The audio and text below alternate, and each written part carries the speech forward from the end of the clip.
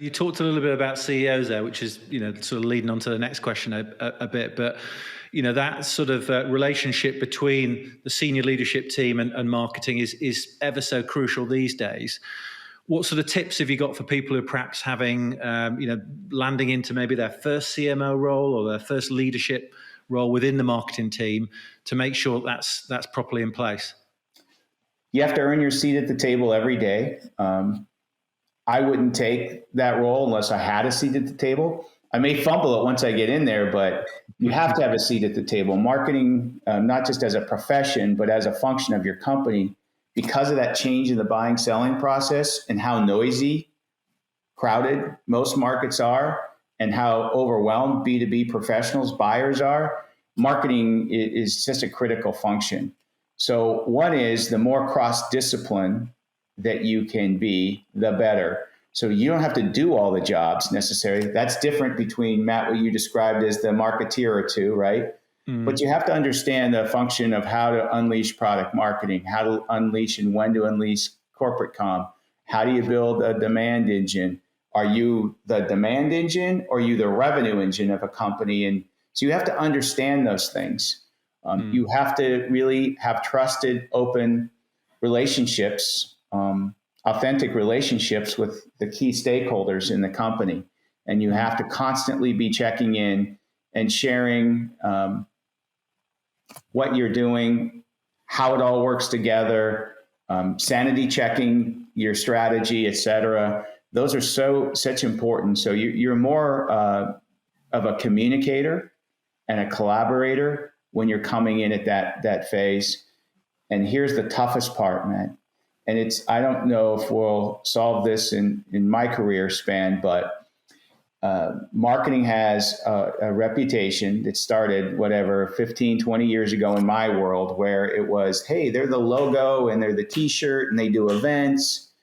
And we've made tremendous progress because of technology and data and digital and savviness, where marketing becomes more critical. But let's not fool each other. CEOs aren't necessarily comfortable, or CFOs, with marketing all the time because there's some soft stuff that has to happen.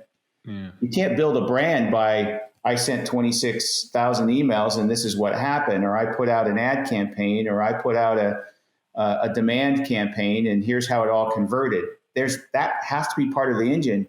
But if the story isn't there, if the experience and brand isn't there, there are things you're going to have to do. And I will tell you, I would bet every time on big impact programs and plays over those individual tactics every time.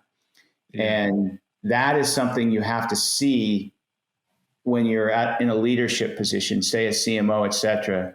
Another piece, you really have to try to think programs, not campaigns. You have to think that we're going to make a play in this market and make that play happen across the whole buyer's journey and with sales and customer success. So it becomes much, I'll say strategic, but strategic in the sense that you're thinking market and company wide. That makes sense. I mean, I hear stories that there are still so many companies that are focused on MQL, rather than actually the bigger picture of, what is the pipeline like and ultimately what sales is marketing driving.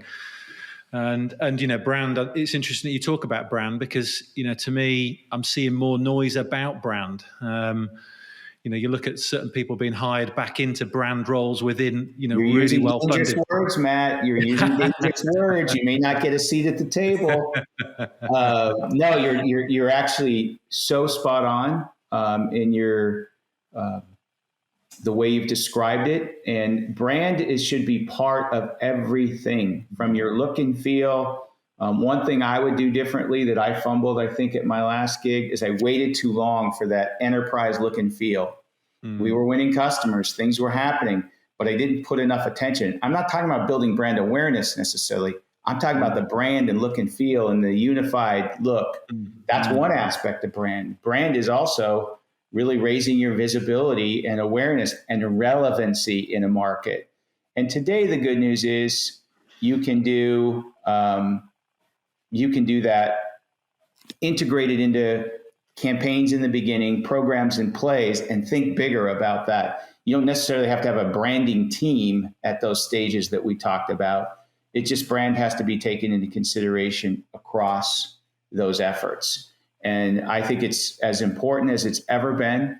I think you're also seeing a resurgence to the creativity.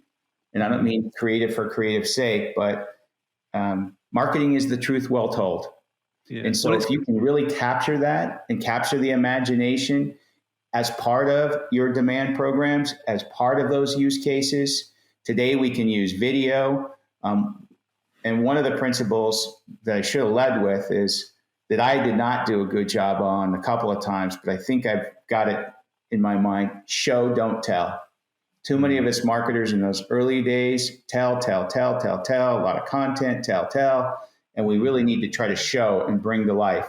And that's really where your use cases and your unique value propositions and really hitting on the pains or the opportunities that can be capitalized on and solved for your core total available market or your market segments, depending on which stage you're at.